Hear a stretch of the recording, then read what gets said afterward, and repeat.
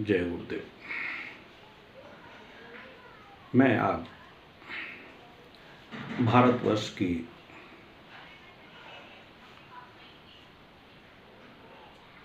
मूल सभ्यता और संस्कृति की जो जड़ है और पश्चात सभ्यता की जो मूल जड़ है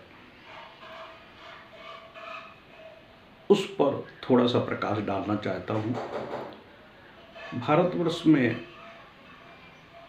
जो सामाजिक व्यवस्था की आधारभूत व्यवस्था है वह एक परिवार है। परिवार में मुख्यतः जो आधार बिंदु है वह पति पत्नी का है। भारतवर्ष में सौभाग्यशाली वातावरण है क्योंकि यहाँ सनातन धर्म की व्यवस्था अनादिकाल से चली आ रही है, प्रतिपादित होती चली आ रही है। यहाँ पर जो वैवाहिक व्यवस्था संपन्न होने के बाद में जो वर वधू चयनित होते हैं या उनका पाणिग्रहण संस्कार होता है और वह पति पत्नी रूप में एक दूसरे को स्वीकारोक्ति प्रदान करते हैं तो पत्नी को धर्मपत्नी बोला गया है और पति को पति परमेश्वर बोला गया है। यही एक आधारभूत व्यवस्था है जो भारतवर्ष की पारिवारिक व्यवस्था और सामाजिक व्यवस्था को सुदृढ़ता प्रदान करते हुए स्थायित्व को ग्रहण कराती है। और वह 5-10 साल 20 साल के लिए नहीं, एक बार पाणी संस्कार होने के बाद में भारतवर्ष में कहावत है कि माँ बाप के घर से बेटी की डोली उठती है और ससुराल से उस बेटी की अर्थी निकलती है। दोनों समान व्यवस्थाएं हैं।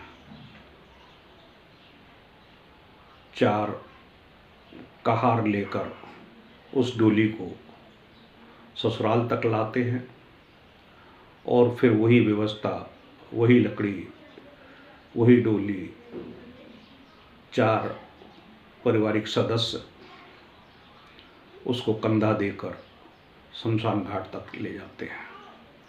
ये भारतवर्ष की सभ्यता और संस्कृति की एक प्रचुर प्रतिस्थापित व्यवस्था है। और इन व्यवस्थाओं के अंतर्गत भारतवर्ष सामाजिक व्यवस्था में विश्व में सर्वोपरि है। अगर दूसरा पक्ष लेते हैं पश्चात का, तो वहाँ जो वर वधू का चयन होता है और चयन करते हैं तो वहाँ वर वधू का चयन ना होकर वहाँ वाइफ का चयन होता है। वाइफ, WIFE, वाइफ का चयन होता है। वाइफ का चयन होने के बाद में वो हस्बैंड वाइफ कहलाते हैं। अब जहाँ भारतवर्ष है उसकी तुलना में पश्चात में ठीक विपरीत स्थिति है। अगर यहाँ धर्म पत्नी बोला जाता है जो जीवन पर्यंत तक जन्म जन्मांतर का साथ निभाने वाली होती है, वहीं पर हस्बैंड को वाइफ मिलती है। वाइफ का जो मतलब होता है वह आप सभी को मालूम होगा कि उसकी जो अगर व्याख्या की जाए तो उसका जो लेखन है वो है WIFE। W for without, I for information,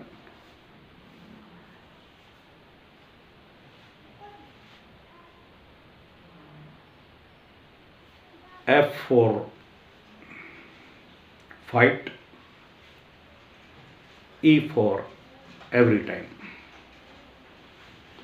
अगर इन तीनों का संयुक्तिकरण, चारों का संयुक्तिकरण करने के बाद में जो एक सेंटेंस बनेगा वह यह है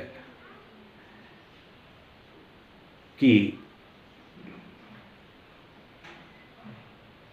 व्याख्या यह है कि जो विदाउट इंफॉर्मेशन फाइट करने के लिए एवरी टाइम रेडी रहती है उसे वाइफ कहते हैं।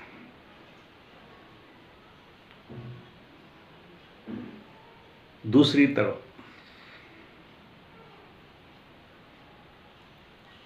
जो पुरुष वर्ग है उसे हस्बैंड कहते हैं। हस्बैंड, हस्बैंड का मतलब है, उसकी व्याख्या करने की आवश्यकता है ही नहीं है, वो तो सीधा सीधा उदाहरण ही है। हस्बैंड जो हंसते हंसते अपना बैंड पूरी जिंदगी भर बजवाने के लिए तैयार हो, उसे हस्बैंड कहते हैं।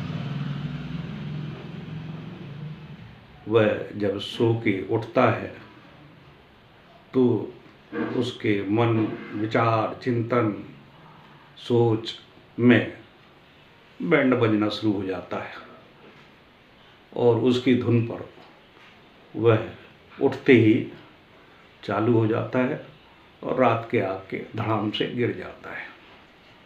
यह प्रक्रिया उसके अंत तक चलती रहती है।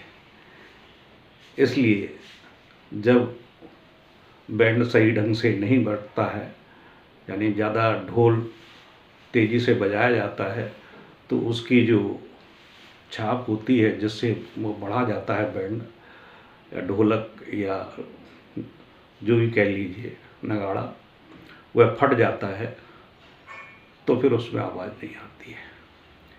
यानी पत्नी के द्वारा प्रताड़ना के बाद इतना वह त्रस्त हो जाता है कि उसका ढोल फट जाता है और कुछ ही दिनों में तलाक की स्थिति पैदा हो जाती है। तो ये हमारे पश्चात की सभ्यता है, वो हमारे भारतवर्ष की सनातन धर्म की व्यवस्था है। इसलिए पश्चात के सभी मानव प्राणियों को मेरी सलाह है कि जो भी वर वधू आपस में चयन करें, वह हस्बैंड और वाइफ का शब्द निकाल कर उसको दूर फेंक दें और उस शब्द की जगह पति पत्नी का रूपांतरण ले लें, उसका स्थायित्वकरण ले लें, क्योंकि पति पत्नी का शब्द ही अपने आप में सुदृढ़ता और स्थायित्व लिए होता है। तो संभवतः उनके जीवन यापन की प्रक्रिया सरल, सुगम और चिरस्थायी होगी। इसीलिए जिन पश्चात